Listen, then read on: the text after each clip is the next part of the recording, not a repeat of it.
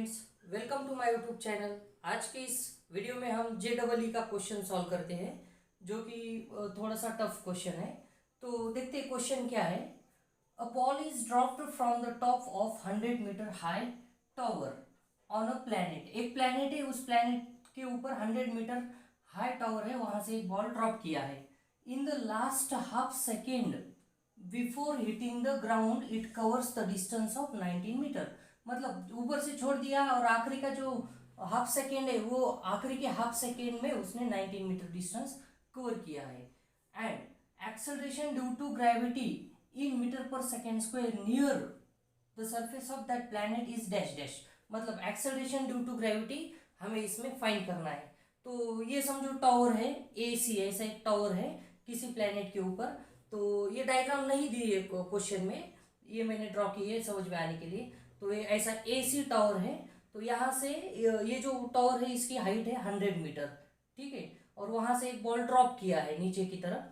तो कहा है कि वो जो आखिरी वाला हाफ सेकेंड है, आखिरी वाला वो यहाँ पे पहुंचते पहुंचते उस वक्त उसने 19 मीटर डिस्टेंस कवर किया है। तो समझो उसको A to C मतलब 100 मीटर पूरा कवर करने के लिए उसको टाइम लगा है T, 100 मीटर कवर करने के लिए टोटल। बट देखो आखिरी वाला जो 19 मीटर डिस्टेंस है, आखिरी वाला, उसको टाइम लगा है हाफ सेकेंड, ठीक है। ये 19 मीटर कवर करने के लिए हाफ सेकेंड टाइम लगा है। तो अगर ये आखिरी वाला 19 मीटर कवर किया है उसने, तो उससे पहले ऊपर कितना डिस्टेंस होगा? टोटल 100 है, ये 19 है, तो ऊपर 81 होगा। तो वो जो 81 डिस्टेंस उसको कवर करने के लिए टाइम लगा था, वो तो मतलब पूरा 100 के लिए T लगा था, उसमें से ये 19 मीटर के लिए हाफ सेकेंड लगा है। तो ये 81 के लिए T माइनस हाफ सेकेंड लगेगा। टोटल टाइम में से ये हाफ सेकेंड माइनस कर दिया, तो 81 के लिए जो T माइनस हाफ सेकेंड इतना टाइम लगेगा, ठीक है। तो ये अगर समझ में आता है तो हम जो काइनेमेटिक इक्वेशन है वो यूज करके इस क्वेश्चन को हम सॉल्व करते हैं, ठीक है। तो हम फर्स्ट काइनेमेटिक इक्वेशन यहाँ पे सॉरी सेकेंड काइनेमेटिक इक्वेशन हम यहाँ पे यूज करते हैं। तो वो जो इक्वेशन है, किसी भी यूनिफॉर्मली एक्सेलरेटेड मोशन है उसमें जो डिस्टेंस कवर किया है वो S is equal to UT plus half AT square, ठीक है। ये इक्वेशन हम यूज करेंगे ये पूरे पाथ के लिए, इस पूरे 100 मीटर के लिए जो उसको टाइम लगा है, डिस्टेंस जो भी कवर किया है, वो सब यूज करते हैं इसमें, ठीक है। तो यहाँ पे जो total distance A to C कितना कवर किया है, S इज इक्वल टू 100 किया है, ठीक है, 100 मीटर्स। अब देखो यहाँ से ड्रॉप किया था तो शुरुआती में उसकी जो स्पीड होगी वो 0 रहेगी। तो U is equal to 0 metre पर सेकेंड। अब ये जो प्लैनेट है, इस प्लैनेट के लिए एक्सेलरेशन ड्यू टू ग्रेविटी मतलब जो होगा एक्सेलरेशन, उसे हम G डैश कहेंगे, G डैश, ठीक है। और टोटल टाइम जो लगा है वो तो हमें पता ही है, T टाइम लगा है। तो ये इक्वेशन ऐसे बन जाएगा। S के लिए मैं 100 पुट कर देता हूँ, 100 इज इक्वल टू U की वैल्यू 0 तो UT 0 हो जाएगा, फिर ये हाफ, एंड A के लिए हमने G डैश लिया है तो G डैश T स्क्वायर, यहाँ पे T स्क्वायर है। तो यहाँ देखते हैं ये जो 2 है इस तरफ आया तो मल्टीप्लाई हो जाएगा, तो 200 is equal to G dash T square, ठीक है। तो ये इसके लिए हमने यूज किया ये काइनेमेटिक इक्वेशन। अब हम यूज करेंगे ये जो इतना पाथ है, इसके लिए जो काइनेमेटिक इक्वेशन है, वही काइनेमेटिक इक्वेशन हम 81 मीटर डिस्टेंस है ना उसके लिए यूज करते हैं, ठीक है। तो यहाँ पे इसी काइनेमेटिक इक्वेशन में देखो S is equal to A to B के लिए, ठीक है। तो कितना डिस्टेंस कवर किया है, 81 मीटर किया है। फिर उसके लिए भी U की वैल्यू 0 ही रहेगी, क्योंकि यहाँ से यहाँ तक जब आ रहा था तो शुरुआती की जो स्पीड थी उसकी 0 ही थी। उसके बाद A equal to G dash ही रहेगा, क्योंकि सेम प्लैनेट है, ठीक है। बट यहाँ पे जो टाइम है, टाइम जो है, टाइम के लिए यहाँ से यहाँ आने में जो टाइम लगा है वो T माइनस हाफ, इतना टाइम लगा है, T माइनस हाफ सेकेंड। तो T के लिए हमें यूज करना है T माइनस हाफ सेकेंड्स, ठीक है।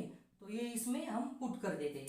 तो यस के लिए क्या यूज करना है, 81 मीटर्स इतना डिस्टेंस कवर किया, 81 इज इक्वल टू यू की वैल्यू 0 है तो ये 0 हो जाएगी टर्म, फिर हाफ, एंड A के लिए G डैश एंड T जो है टाइम T माइनस हाफ, और ये T स्क्वायर है तो इसका ये स्क्वायर हो जाएगा।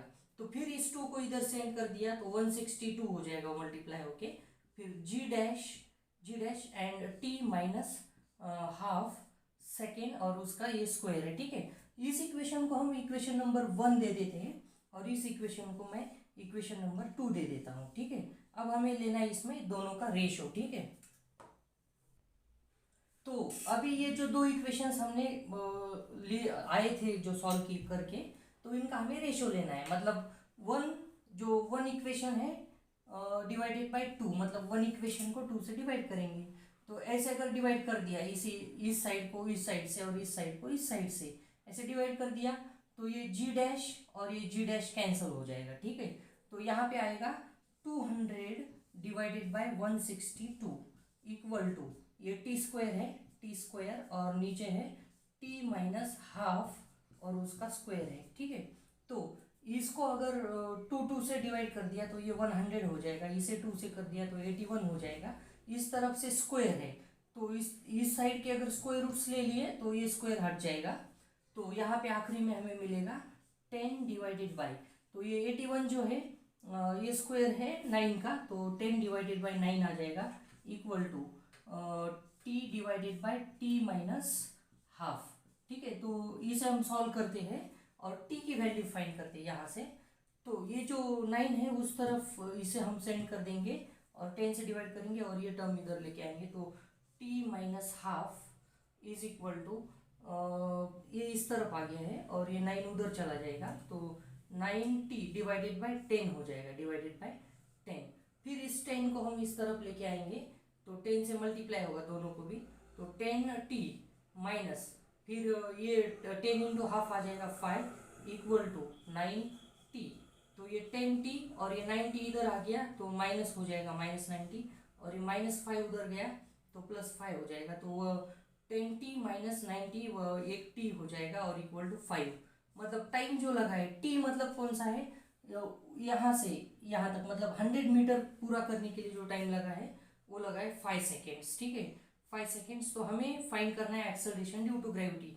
तो ये दोनों में से एक इक्वेशन को हम यूज करेंगे और ये acceleration due to gravity find करेंगे। तो equation 1 implies 200 is equal to G dash यहाँ पे है और टी स्क्वायर है, तो 200 को डिवाइड हो जाएगा यहाँ पे, तो टी की वैल्यू है 5, मतलब 5 का स्क्वायर हो जाएगा। तो जी डैश इज इक्वल टू, ये 200 और 5 का स्क्वायर है तो 25, तो g is equal to finally answer आ जाएगा 25 8 तो 8 मीटर पर second square. This is what the answer of our question.